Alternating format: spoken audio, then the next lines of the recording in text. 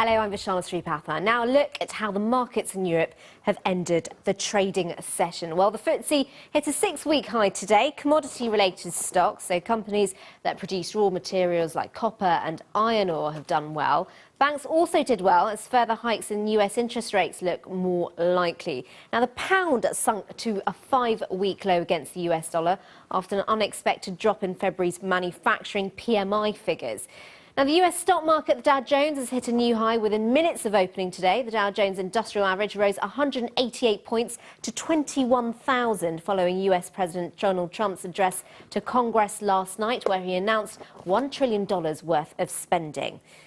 Now, broadcasters ITV reported their financial results today, a 14% decline in pre-tax profits to £553 million. Now, the drop is mainly due to costs associated with the purchase of Talpa Media. They're the makers of The Voice. But if you take out those one-off costs, profits were up about 4% at £847 million. Advertising revenue at ITV channels fell by 3%, but revenue at its studios rose 13%. And Ford is projecting a slash of 1,160 workers at its Bridgend base by 2021. That's according to a leaked document from the company seen by BBC Wales. Mass meetings are being held at the engine plant today. Now, the projection, which would leave 600 workers at the site, is based on the assumption that it's unable to bring any new work in. Well, let's get more detailed analysis of all those stories with Michael Hewson, Chief Market Analyst at CMC Markets. So, Michael, let's talk about this Ford loss of jobs at Bridgend. Now, Ford's an interesting company because obviously it's a US company. President Trump very vocal about car makers, US car makers in particular, locating their plants in the US. Do you think this is going to affect the profile of Ford in the next 4 years in the UK? Yeah, good afternoon. I don't really think so. I mean, when I actually looked at this story, I was struck by the fact that it is a projection and it's based on the fact that ultimately Bridgend will not be able to get any new work after it produces Jaguar engines at the end of 2020. One other thing, there is also a plant at Dagenham, and the disparity between the two suggests to me that this is potentially a productivity issue. Ultimately, it costs around about 6% more in overtime costs to produce engines at Bridgend than it does at Dagenham, and at a very cost-conscious time for all global companies.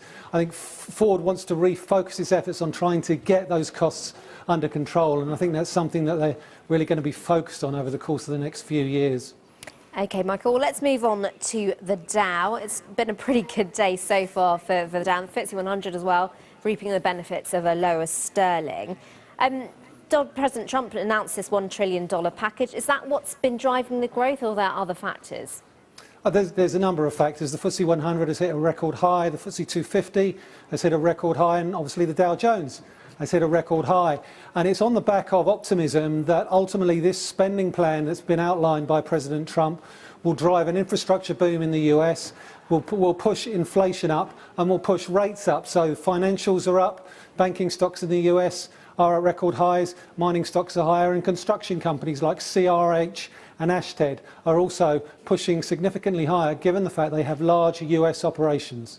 OK, and let's move on to ITV. The results don't look too bad if you strip out those one-off costs. However, the future challenge about on-demand television, it's going to have to compete with the likes of Amazon and Netflix. Is it likely to be able to do that?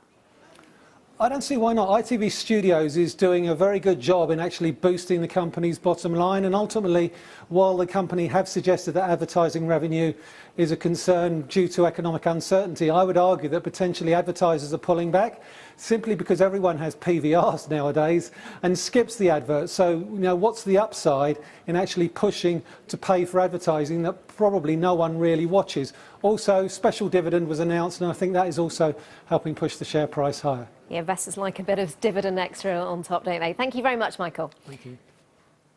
Let's look at markets before we go. Now, London's FTSE 100 doing very well there after that fall in sterling following the expected manufacturing numbers.